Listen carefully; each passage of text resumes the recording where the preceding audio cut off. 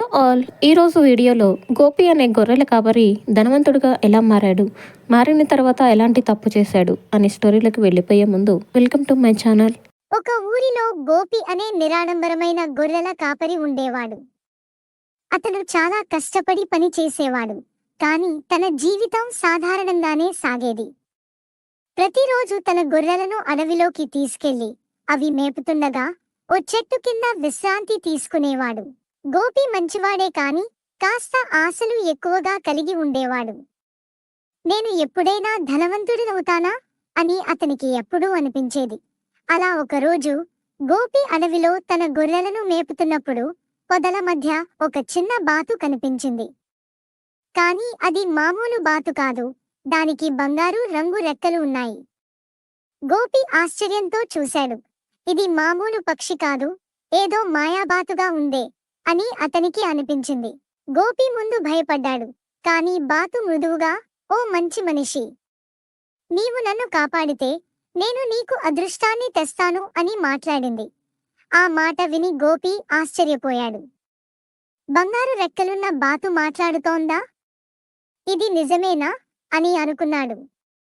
కాని తన మనసులో బాతుపై విశ్వాసం కలుగుతుంది.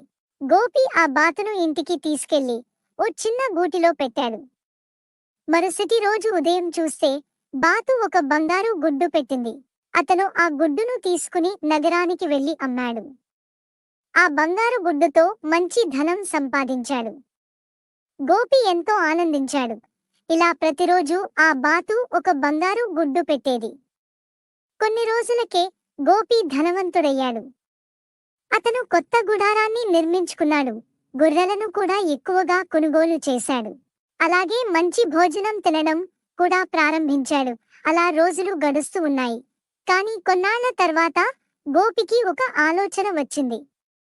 రోజుకు ఒక్క గుడ్డుతో సరిపోదు. ఈ బాతును చంపితే లోపల అంతా బంగారమే అయ్యుంటుంది అని అనుకున్నాడు. అతని ఆశ రోజు రోజుకు పెరుగుతూ వస్తుంది. బంగారం కోసం అతను మరింత దారుణమైన వ్యక్తిగా మారిపోయాడు. అప్పటికే చాలా ధనం సంపాదించినా ఇంకా ఎక్కువ కావాలని అనుకున్నాడు. చివరకు ఓ రోజు గోపి బాతును చంపివేశాడు. కానీ బాతు పొట్ట లోపల ఏమాత్రం బంగారం లేదు. అది ఒక సాధారణ బాతు మాంసమే. గోపి పెద్ద తప్పు చేశాను అని తెలుసుకున్నాడు. ఇక నుంచి గోపికి బంగారు గుడ్డు రావడం లేదు. అలాగే అతని సంపద ఒక్కొక్కటిగా తగ్గిపోవడం ప్రారంభమైంది.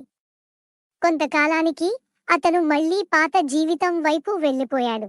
ఒకరోజు తన పాత గుడారంలో ఒంటరిగా కూర్చొని నేను ఎంత పెద్ద పొరపాటు చేసుకున్నానో అని బాధపడ్డాడు. ఈ విషయం తెలుసుకున్న గ్రామస్తులు ఒకరోజు బావి దగ్గర గుమిగూడి గోపి పతనాన్ని గురించి మాట్లాడుకుంటున్నారు. కొందరు దుఃఖించగా మరికొందరు నిరాశతో తల ఊపుతున్నారు. తరువాత కొన్నాళ్లకి పెద్దవాడైన మరియు జ్ఞానం పొందిన గోపి చెట్టు కింద కూర్చొని పిల్లలకు తన బంగారు బాతు కథను మరియు తను చేసిన తప్పులను పిల్లలకు చెప్తూ ఉంటాడు. ఇదేనండి ఈరోజు షార్ట్ స్టోరీ. నచ్చితే లైక్ చేయండి, షేర్ చేయండి, సబ్స్క్రైబ్ చేసుకోండి. Thank you all.